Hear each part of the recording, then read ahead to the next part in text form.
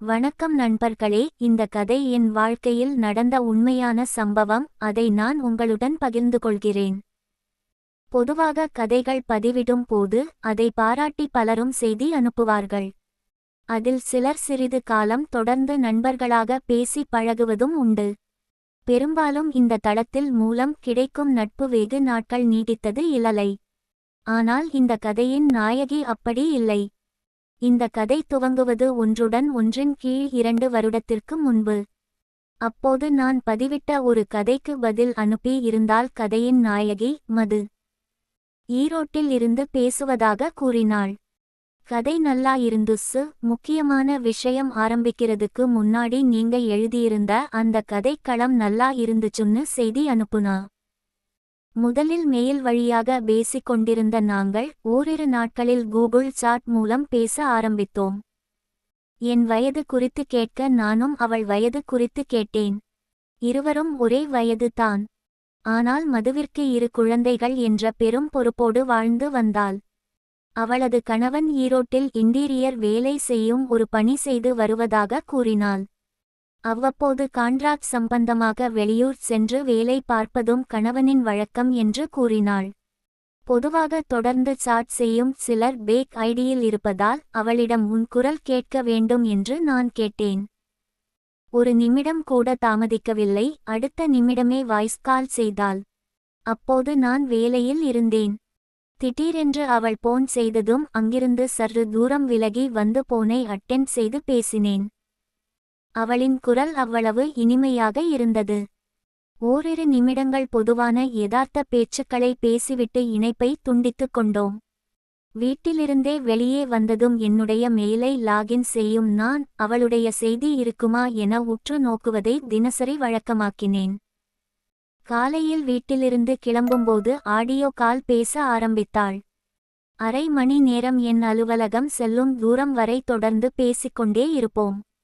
இதே வழக்கம் தான் மதிய உணவிற்கு வீடு வரும்போதும் வீட்டிலிருந்து அலுவலகம் கிளம்பும்போதும். எங்களின் பேச்சு காமம் என்ற ஒற்றை நோக்கத்தை தாண்டி பிற விஷயங்கள் அனைத்தையும் பேசிக் கழித்தோம். அந்த ஒரு நாள் வந்தது. அவளின் குழந்தைகள் தூங்கிய பின்னர் நானும் அவளும் சேட் செய்து கொண்டிருந்தோம். அப்போது அவளுக்கு முத்தம் கொடுப்பது போல் ஒரு கிஃப் அனுப்பினேன். அதற்கு பதிலாக அவளும் வெட்கப்படுவது போல் ஒரு ஸ்மைலி அனுப்பினாள். அன்று என் வீட்டிலும் யாரும் இல்லாமல் இருந்தனர்.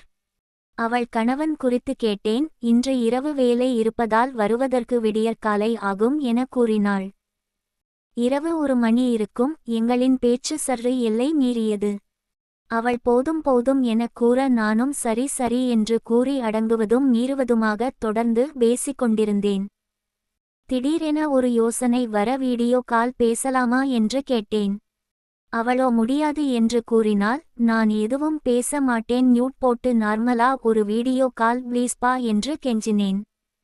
அவள் சம்மதித்தாள். முதல் முறையாய் அவளை வீடியோ காலில் கண்டேன். அவளின் முகம் வட்ட வடிவில் அம்சமாய் இருக்க பெயருக்கு ஏற்றால் போல் அவளின் கண்கள் என்னை கிறங்கடித்தது. ஒரு நைட்டி அணிந்து கொண்டு வீடியோ காலில் என் முன் சிரித்துக் கொண்டே நின்றவள் போதுமா போதுமா என்றாள்.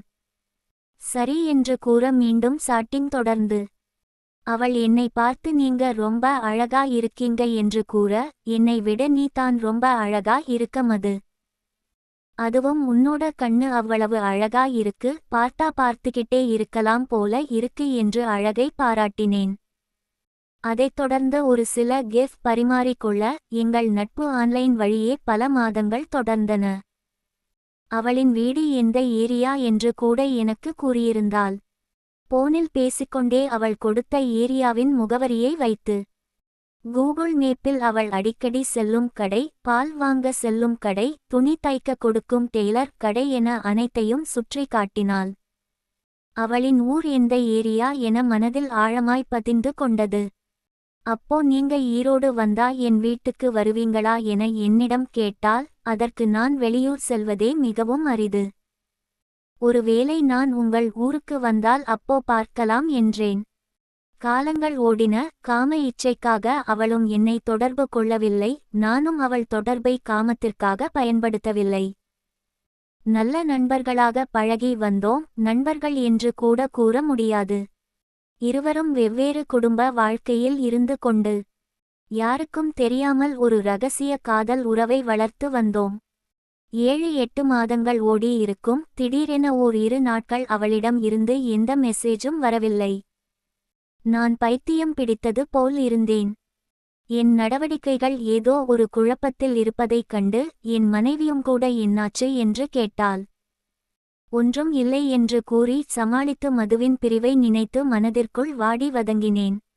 10 நாட்கள் கழித்து புதிதாய் ஒரு மெயில் ஐடியில் இருந்து ஒரு நீண்ட நெடிய மெசேஜ் வந்தது. அவள் என்னிடம் பேசுவதற்காக பயன்படுத்தி வந்த அந்த மெயில் ஐடியை அவளின் கணவன் பார்த்து விட்டதாகவும், ஆனால் சந்தேகம் ஏதும் வரவில்லை. என்ன என்று கேட்டார். அதற்கு இன்ஸ்டா ஓபன் செய்வதற்காக ஒரு புது ஐடி உருவாக்கினேன். அதுதான் இது என்று கூறியதாகவும் கூறினாள். இருந்தபோதும் அவருக்கு ஏதோ என் மீது சந்தேகம் உள்ளது போல் தெரிகிறது. இந்த மெயிலுக்கு நீங்கள் ரிப்ளை செய்ய வேண்டாம். நான் என்னுடைய ரகசிய மெயில் ஐடியை டெலிட் செய்து விட்டேன். என்னை தொடர்பு கொள்ள வேண்டாம். நான் எவ்வாறு வருந்துகிறேன், தவித்துக் கொண்டிருக்கிறேன் என்பது உங்களுக்கு புரியும். அதே நிலைமையில் தான் நீங்களும் இருப்பீர்கள். கார்த்தி, மன்னித்து விடுங்கள். என் குடும்ப வாழ்க்கையில் ஏதும் பிளவு வந்து விடக்கூடாது என்பதற்காக இந்த முடிவை கடினமாய் எடுக்கிறேன். Love you Karthi, miss you என அந்த மெயில் முடிந்தது. என்னால் புரிந்து கொள்ள முடிந்தது. 2 வருடங்களாக கதைகள் எழுதிக் கொண்டிருக்கும் எனக்கு பல பெண்கள் மெசேஜ் செய்துள்ளனர். ஆனால் நல்ல ஒரு நட்பாக, ஒரு காதலியாக திகழ்ந்தவள் மது. நாங்கள் இருவரும் பேசிக்கொள்ளும் பொழுது முடிவு செய்து இருந்ததுதான். இந்த உறவு எவ்வளவு காலம் நீடிக்கும் என்பது யாருக்கும் தெரியாது. ஆனால் ஏதோ ஒரு சூழ்நிலையில் இருவரும் எடுக்கும் முடிவை ஒருமனதாய் ஏற்றுக்கொள்ள வேண்டும் என பேசி வைத்திருந்தோம். அந்த முடிவே இன்று நிகழ்ந்தது என்பதை புரிந்து கொண்டு மேலும் அவளை தொடர்பு கொள்ளாமல் அப்படியே விட்டுவிட்டு இருந்தேன். 1 வருடம் கழிந்தது.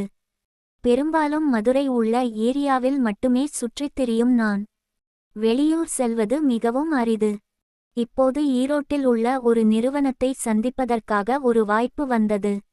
அதற்கான தேதியும் நேரமும் குறிக்கப்பட்டது. நான் வேலை விஷயமாக 2 நாட்கள் ஈரோடு செல்வதாக வீட்டில் கூறிவிட்டு கிளம்பினேன். 2 நாட்கள் அந்த மீட்டிங்.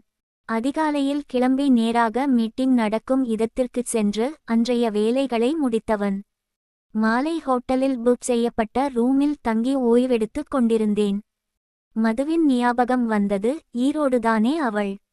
மதுவை மீண்டும் தொந்தரவு செய்ய வேண்டாம் என உறுதியாய் இருந்தேன். இருப்பினும் இதோ இந்த சுற்று வட்டார 5 கிலோமீட்டரில்தான் அவளின் மூச்சுக்காற்று பரவி இருக்கிறது.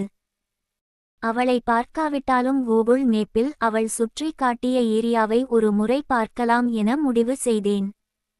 நான் தங்கியிருந்த ஓட்டலில் இருந்து 2 கிலோமீட்டர் தூரத்தில் அவள் ஏரியா இருந்தது. ஒரு ஆட்டோவை பிடித்து அந்த ஏரியாவில் போய் இறங்கிய நான் அவள் கூறிய கடை, அவள் பொருட்கள் வாங்கும் கடை அருகே சென்று நின்று கொண்டு சுற்றி முற்றி பார்த்தேன். இங்கு தான் எங்கோ இருக்கிறாள் என பெருமூச்சு விட்டுக்கொண்டு அந்த கடையில் ஒரு ஜூஸ் பாட்டிலை வாங்கி குடித்து கொண்டே சற்று நின்றேன். நான் ஜூஸ் குடித்து கொண்டிருந்த சமயம் சற்று தூரத்தில் இருந்த டெய்லர் கடையை பார்த்தேன். எனக்குள்ளே சிரித்துக்கொண்டு இங்குதானே அவள் துணி தைக்க கொடுப்பாள் என்று பார்த்து கொண்டிருக்க அந்த கடையில் இருந்து 2 பெண்கள் வெளியே வந்தனர். அந்த 2 பெண்களில் ஒருவரை பார்த்த நொடி இதயம் படபடவென துடித்தது. ஆம், அவள் மதுதான். தன்னுடன் ஒருவளை கூட்டிக்கொண்டு டெய்லர் கடையில் இருந்து வெளியே நடந்து வந்து கொண்டு இருந்தாள். அவள் என்னை கவனிக்கவில்லை. இயல்பாய் ஜூஸை கொடுத்து கொண்டே அவள் வரும் திசை நோக்கி எதிரே நடந்தேன். கூட வந்த மற்றொரு பெண்ணிடம் பேசிக்கொண்டே வந்தவள் அருகே 20 அடி தூரத்தில் என்னை பார்த்ததும் சுதாரித்துக் கொண்டு அடையாளம் கண்டாள்.